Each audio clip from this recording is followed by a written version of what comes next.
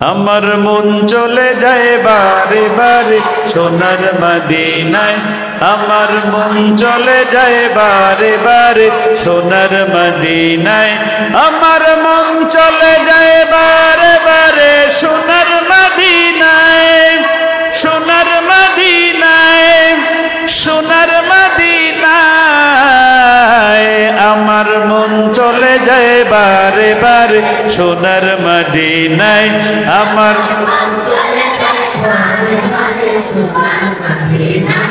নবীর শহরে আলো ঝরে চাঁদের চেয়ে বেশি, চাঁদের চেয়ে বেশি, চাঁদের চেয়েও বেশি, নবীর শহরে আলো ঝরে চাঁদের চেয়ে বেশি, চাঁদের চেয়ে বেশি, চাঁদের চেয়েও বেশি, নবীর শহরে আলো ঝরে চাঁদের চেয়ে বেশি, চাঁদের চেয়ে বেশি, চাঁদের চেয়েও বেশি, আমার মন চলে যায় বারে বারে সোনার মদিনায়, আমার মন চলে যায় বারে বারে সোনার মদিনায়, আমার মন চলে যায় বারে বারে সোনার মদিনায়। ঠিক না বে ঠিক?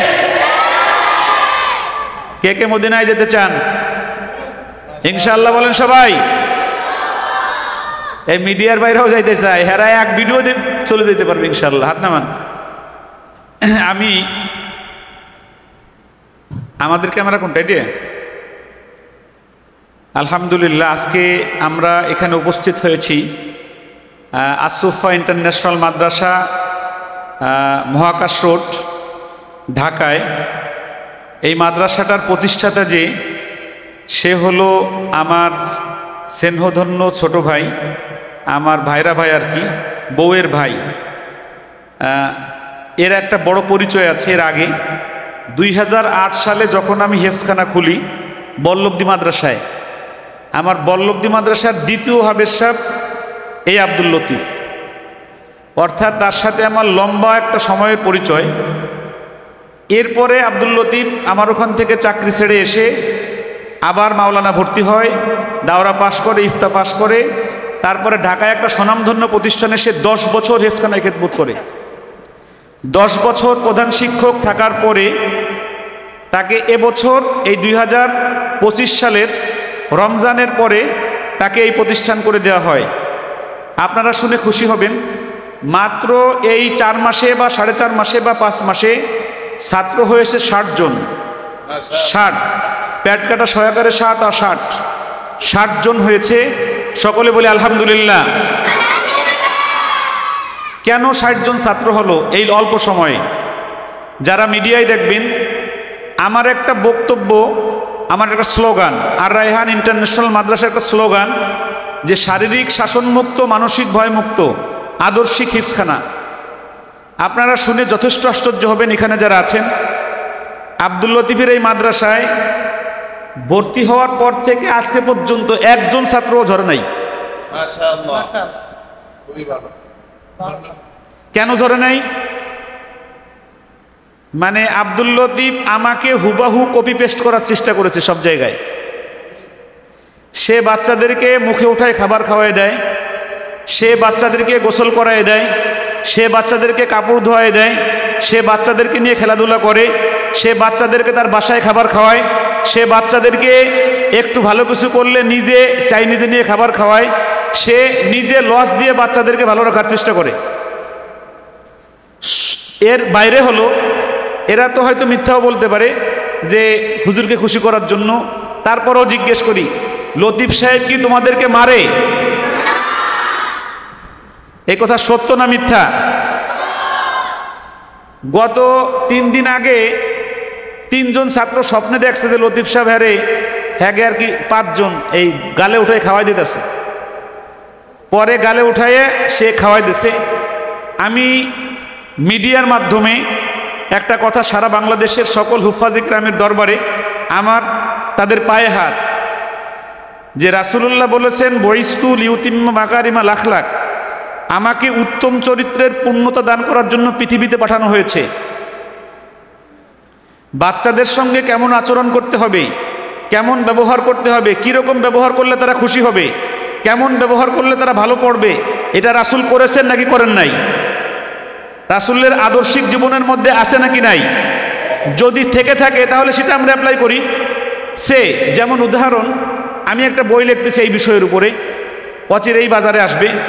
উদাহরণ যেমন, গত এক সপ্তাহ আগে একজন শিক্ষক একজন ছাত্রকে মারছে। মারটা তার গার্ডিয়ানের দৃষ্টিতে একটু বেশি হয়েছে। আমাকে ফোন দিয়েছে যে হুজুর, এ বিষয়ে আপনি তো বলেছেন যে আপনার মাদ্রাসা শারীরিক শাসন মুক্ত, এটা কি হলো তাহলে? আমি বললাম, ভাই একটু আমাকে সময় দেন, 10 মিনিট, আমি যাচ্ছি। আমি সাথে সাথে হেফজখানায় চলে গেছি। আমার এই কথাটা খুব খেয়াল করে শুনতে হবে। আমি যাওয়ার পরে ওই শিক্ষককে নিয়ে বসছি, প্রধান শিক্ষক ইনচার্জকে নিয়ে বসছি। আমি ওইখানে যাওয়ার পরে দেখলাম শিক্ষক একটু হালকা একটু মানসিক ভয়ের মধ্যে আছে। আমি বললাম যে আমি ততক্ষণ পর্যন্ত বিচারকের আসনে থাকতে পারবো যতক্ষণ পর্যন্ত আমি তোমার সঙ্গে অসদাচরণ না করবো। এখন আবার বলি, আমি ততক্ষণ পর্যন্ত বিচারকের আসনে বসা থাকতে পারবো যতক্ষণ পর্যন্ত তোমার সঙ্গে আমি অশ্লীল কথা না বলবো, যতক্ষণ পর্যন্ত তোমার মনে কষ্ট পাবা এরকম ব্যবহার আমার দ্বারা এখন না হবে, ততক্ষণ পর্যন্ত আমি বিচারক, আমাকে তুমি ভয় পাবা। এর মধ্যে যদি আমি বিচারক হয়ে এখানে আসছি, যদি আমি এখন তোমার সঙ্গে উঁচু গলায় কথা বলি, তোমার সঙ্গে বকাঝকা করে কথা বলি, তোমাকে মনে কষ্ট দিয়ে কথা বলি, সাথে সাথে আমি নিচে নেমে যাব, তখন হয়ে যাবা তুমি মানে বিচারক, আমি হয়ে যাব মানে আসামি হয়ে যাব। যেমন এই বাচ্চাটাকে তুমি যে কারণে মারছো আজকে মাগরিবের আগে, কারণ কি? বাচ্চাটা অজু করে সময় মতো আসে নাই, এটা তার অপরাধ তোমার দৃষ্টিতে। তুমি শিক্ষকই ছিলা, যখন তুমি তাকে মাইর দিছো, মাইরটা একটু বেশি হয়ে গেছে, সাথে সাথে শিক্ষকের জায়গা থেকে এখন তুমি এই যে আমার সামনে তুমি এখন অপরাধী, আমি বিচারক। কথা বুঝতে পেরেছেন? তো আমরা যারা বিচারক আছি, আমরা যারা মাসুল, আমরা যারা প্রধান, আমরা যারা শিক্ষক, আমরা যারা সহকারী, আমি ততক্ষণ পর্যন্ত সম্মানিত যতক্ষণ পর্যন্ত রাসূলের আদর্শিক জীবন থেকে আমি আমাকে পরিচালনা করব। যখন রাসূলের আদর্শিক জীবন থেকে আমি নেমে আমার মন মতন, মন গড়া, আমি আমার দিমাগ খারাপ হয়ে গেছে, দিমাগকে খারাপ করে আমি অসদাচরণ করব, সাথে সাথে আমার বিচার করতে আরেকজন আসবে। সেটা আমি প্রধান হলেও আমার বিচার করার জন্য এক শ্রেণীর মানুষ আসবে। আসবে নাকি আসবে না? এজন্য যারা আমার কথা শোনেন, আমি খুব আমার যোগ্যতা নেই, আমার কোনো ধরনের কোনো যোগ্যতা নেই। একটা যোগ্যতা আমার মধ্যে আল্লাহ সৃষ্টি করেছেন ধীরে ধীরে, সেটা হলো আমি বাচ্চাদের সঙ্গে উত্তম আচরণ করতে পারি, আমার সহকারী যারা আছেন তাদের সঙ্গে আমি উত্তম ব্যবহার করতে পারি, আলহামদুলিল্লাহ। আমি বিগত কবে আমার সহকারীদের সঙ্গে জোরে কথা বলেছি আমার মনে নেই। গত এক মাসে আমার 300 স্টাফ, আর কি 300-র উপরে, প্রায় 350। এই 350 স্টাফের মধ্যে 12 জন শিক্ষক আর স্টাফ রাত 11টার পরে মোবাইল চালাইছে। এটা আমাদের মাদ্রাসার দৃষ্টিতে অপরাধ। তাদেরকে আমার রুমে নিয়ে আসছে মাস শেষে, আজকের ঘটনা। আমি তাদের সঙ্গে 5 মিনিট কথা বলেছি। প্রথম উঠে যে মুসাফা করেছি, প্রত্যেকে বসা জায়গায় আমি উঠে যে মুসাফা করেছি। আমি বললাম যে আগে আপনাদের সঙ্গে মুসাফা করি, পরে আমি কথা বলি। পরে আমি এই লজিকগুলো বললাম। লজিকগুলো বলার পর আমি বললাম যে আমি বিচারক না, আমি হলাম তোমাদের সাথে একজন মানুষ, আমি তোমাদেরকে ভালোবাসি। এ কথা শেষ করে যখন তাদেরকে মজা খাওয়াইয়ে, চা খাওয়াইয়ে বিদায় দিচ্ছি, তখন আমার নুরানি বিভাগের প্রধান, সে চোখ দিয়ে পানি পড়তেছে, সে কান্না করতেছে, বলতেছে, উস্তাদ আজকে আমাদেরকে যেভাবে আপনি বুঝাইছেন, আমার জীবনে আমি আরো 4টা মাদ্রাসা আমি পড়াইছি, এইভাবে কোনো মুহতামিম, কোনো নাজমে তালিমাত আমাদের সঙ্গে কথা বলে নাই।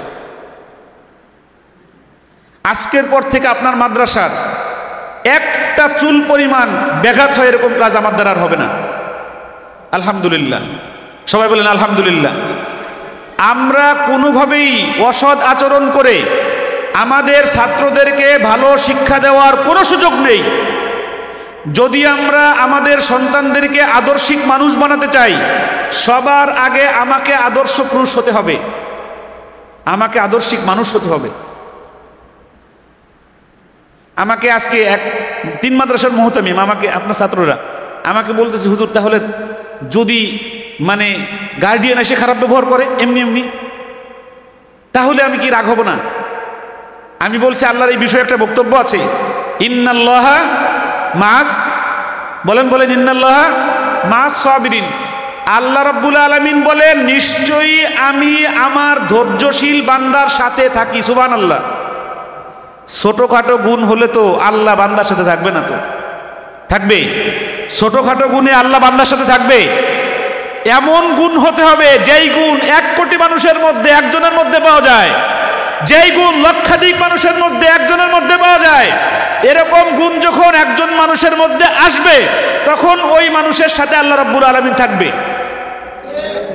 আর সে যদি শিক্ষক হয়, সে যদি হেফখানার শিক্ষক হয়, সে যদি মাদ্রাসার প্রধান হয়, আর প্রধানের উত্তম আচরণ যদি থাকে, যদি ধৈর্যশীল হয়, তাহলে ওই মাদ্রাসাকে কোনোদিন কোনো মানুষের কাছে হাত পাতা লাগবে না।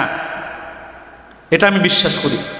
আমার মতো নগণ্য অযোগ্য মানুষের মাদ্রাসায় এখন 2500-এর উপরে ছাত্র, 2500-এর উপরে ছাত্র। আলহামদুলিল্লাহ, সুম্মা আলহামদুলিল্লাহ। প্রিয় ভাইয়েরা, আমি প্রিয় গার্ডিয়ানরা, আমি আর একটা বিষয় একটু বলি। এইখানে কেন ছাত্র হচ্ছে বা আমাদের কাছে কেন ছাত্র হচ্ছে? আল্লাহ রাব্বুল আলামিন আসুফা ইন্টারন্যাশনাল মাদ্রাসা, এই মাদ্রাসাকে আল্লাহ কবুল করুক, সকলে বলছি আমিন। যারা আমার কাছে 12,000 টাকা বেতন দিয়ে সর্বনিম্ন পড়াতে একটু কষ্ট হয়, তাদের জন্য আমি ঢাকায় 2টা মাদ্রাসা করেছি। একটা আসুফা ইন্টারন্যাশনাল মাদ্রাসা, আর একটা হলো মাদ্রাসাতুর রহমান ঢাকা। মাদ্রাসাতুর সুফা একটা আমার ভাইরা ভাই চালায়, আর একটা আমার বড় মেয়ের জামাইকে আমি করে দিয়েছি মাদ্রাসাতুর রহমান ঢাকা। এই 2 মাদ্রাসায় আমার মাদ্রাসা থেকে একটু কম বেতন, যেমন 6,000, 7,000, 8,000 যারা দিতে চান তাদের জন্য এই সুযোগ আছে। ঢাকা শহরে আমার তত্ত্বাবধানে আমার কাছে আপনারা পড়াতে পারবেন। তো আপনারা এখানে আসলে আশা করি যে আমি যেটা চাই সেটা হবে ইনশাল্লাহ। বিশেষ করে শারীরিক শাসনমুক্ত পড়াতে ইনশাল্লাহ আমরা পারবো। আল্লাহ রাব্বুল আলামিন আমাদের সবাইকে যতটুকু কথা বললাম এই কথা অনুযায়ী আমল করার তৌফিক দান করুক, সকলে বলছি আমিন। আরো জোরে বলেন আমিন।